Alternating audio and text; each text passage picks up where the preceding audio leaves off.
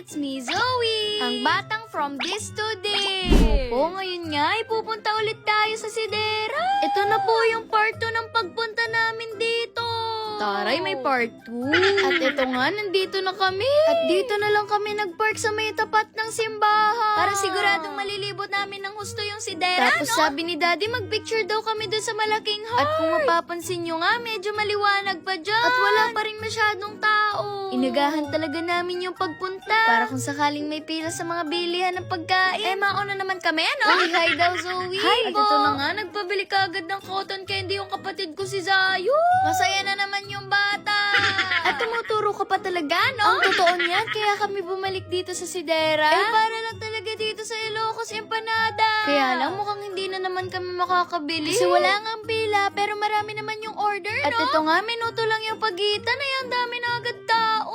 At dahil dyan, unti-unti na namin nararamdaman yung init. Kaya ito, nag-order muna kami ng fruit shake. Wala nangyari sa'yo. At ito nga, tinikman ko yung dragon fruit flavor. Ha? Masarap siya. Next, avocado. Masarap rin. Natikman niyo na ba to? Comment nga. Ano, Daddy? Kaya pa? At nagugulat ako minsan kasi bigla na lang may nag-hi sa akin.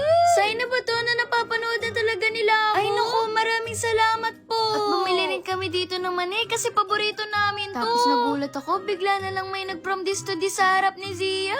Shoutout po sa'yo, kuya. Shoutout rin sa'yo, bebe. At akala ko si Zion talaga yung nagtitinda. Ang funny mo.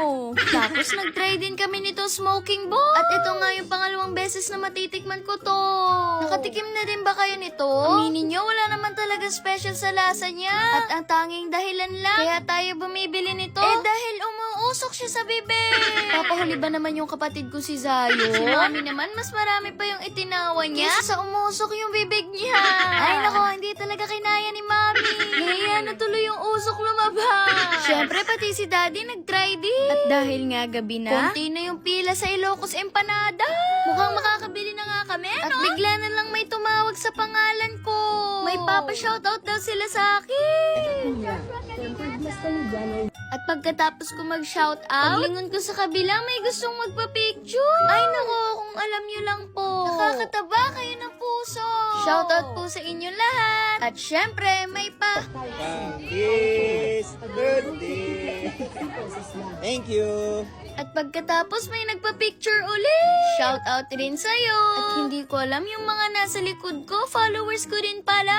Hala, sige, shoutout rin sa inyo. Shoutout rin po, Nurse Carol. At sa puntong to, ay pauwi na nga po kami. At shoutout rin po kay ate na nagpa-picture sa akin kanina. Nakaka-touch kasi inantay talaga nila ako. Thank you po. At dumaan nga kami ng saglit dito sa perya kasi nag-request si Zayon. At nung bibili na nga kami ng ticket, may nakita ulit kaming followers. Shoutout sa'yo, kuya. Wala naman kaming ibang ginawa dito. Naghagis ng barya. Hoping na baka makapag-uwi kami ng tasa. Na para bang walang tasa sa bahay, no? Ang saya naman ni Bunso. Na para bang nanalo na tayo ng tasa. At nag-try rin kami magpaputok ng balon. Kaya lang unang tira ko pa lang.